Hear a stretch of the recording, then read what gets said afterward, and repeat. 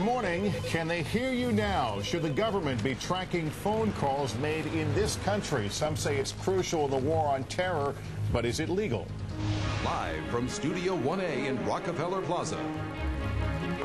And welcome everyone to Today on this Saturday morning. I'm Lester Holt. And I'm Campbell Brown. And the government's tracking of phone calls made in this country is sparking some fierce debate right now. Yeah, the Bush administration believes this kind of surveillance is necessary to collect intelligence that could help prevent another terrorist attack. Meanwhile, some lawyers in New Jersey have filed a $5 billion lawsuit against the phone carrier Verizon. They say in turning over customers' records, the company violated privacy laws. And Michael Hayden, the former director of the NSA and President Bush's pick to head the CIA, insists that all the NSA activities are on the up and up. He is sure to face many more questions during confirmation hearings that are set for next week.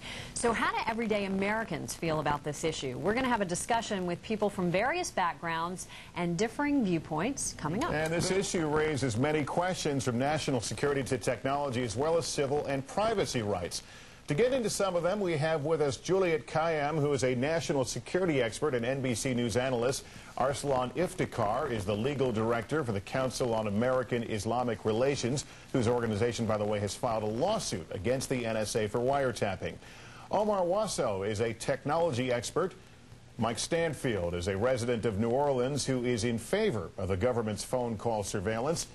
And Monica Gabriel lost her husband in the September 11th attacks and opposes the NSA program. We appreciate all of you for being here. Good morning. Good morning. Juliet, let me begin with you. This information was stripped of identifying information. It was simply phone numbers. There was no active monitoring of conversations, just an analysis of the numbers. Based on what we know, does that sound legal? It's a hard question to answer. I think constitutionally it's probably legal, but there are all sorts of debates about whether it violates a number of statutory privacy laws, including whether the telephone companies violated our own privacy by giving the information to the government. That's a different question, though, yes. Isn't it? Because we have a contract with our phone companies, and we assume that they'll keep the information back. Well, except for when you sign the contract, apparently there's a line in there that says you consent to the phone company giving the information to the government in national security cases. So it's whether that consent was voluntary or not. So this is very technical legal stuff. This is what the lawsuits are going to be about. I think the bigger question here is we certainly know the administration's argument is that under sort of the war on terror and the support for the war in Afghanistan, they justify their own surveillance, that they can do surveillance against almost anyone or anything. And that's whatever you think about that, it's highly controversial and it's very broad. And what we're seeing now, 2 months after the first NSA disclosure in December, is what we're seeing is basically them pushing the envelope a little bit further. So whether it's legal or not, the lawyers are going to debate it, but whether it sort of violates our own notion of what we are expecting the government is doing and our own sense of privacy, I think that's why you're seeing a huge debate right now. We're trying to answer here. Yeah. And Monica, let me ask you, because for you, of all people, this has got to be very personal. You lost your husband on 9/11, and as you know, the president has said that the reason behind this is ultimately to prevent another terrorist attack, and yet you're opposed to it. And a lot of people might be surprised to hear that. Explain absolutely. Why.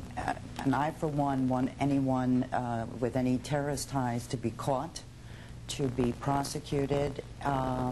However, I prefer it to be done under the legal laws that we have. We have FISA.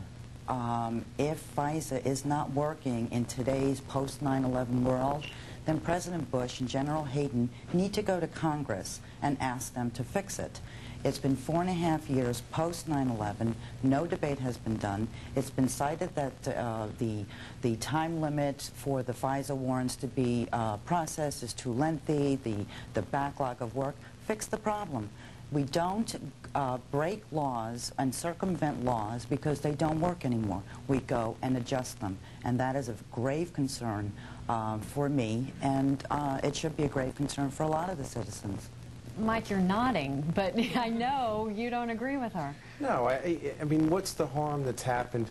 The bottom line to this point, we haven't been attacked again, and if it saved one American life, I think it's worth it. You know, there's nothing, it's not this, I mean, the government doesn't have a bunch of soup cans on everyone's telephone. I mean, they're doing this for good reason, and I hope people sleep better because they're doing it. And we should point out, Mike, that you're not alone. You're actually in the majority. The polls tell us most Americans feel on this issue as you do, that it's okay. And Arsalan, that's got to worry you a little bit, because I know that you're very concerned that Muslim Americans will be targeted more than others. Absolutely.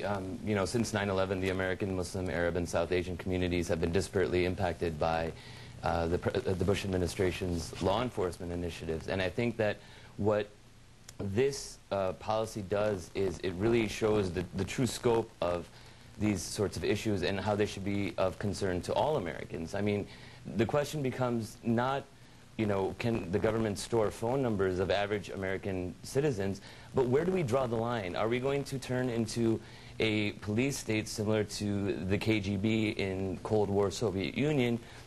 Are we going to allow the government to look through our mail, read through our email? Where do we draw the line? This, unfortunately, I think opens the floodgates, and I think that's why we've seen a lot of bipartisan opposition to this. This is not a Republican-Democratic issue. You see a lot of Republicans who are just as opposed to the wiretapping as progressive Democrats are as well. Omar, let me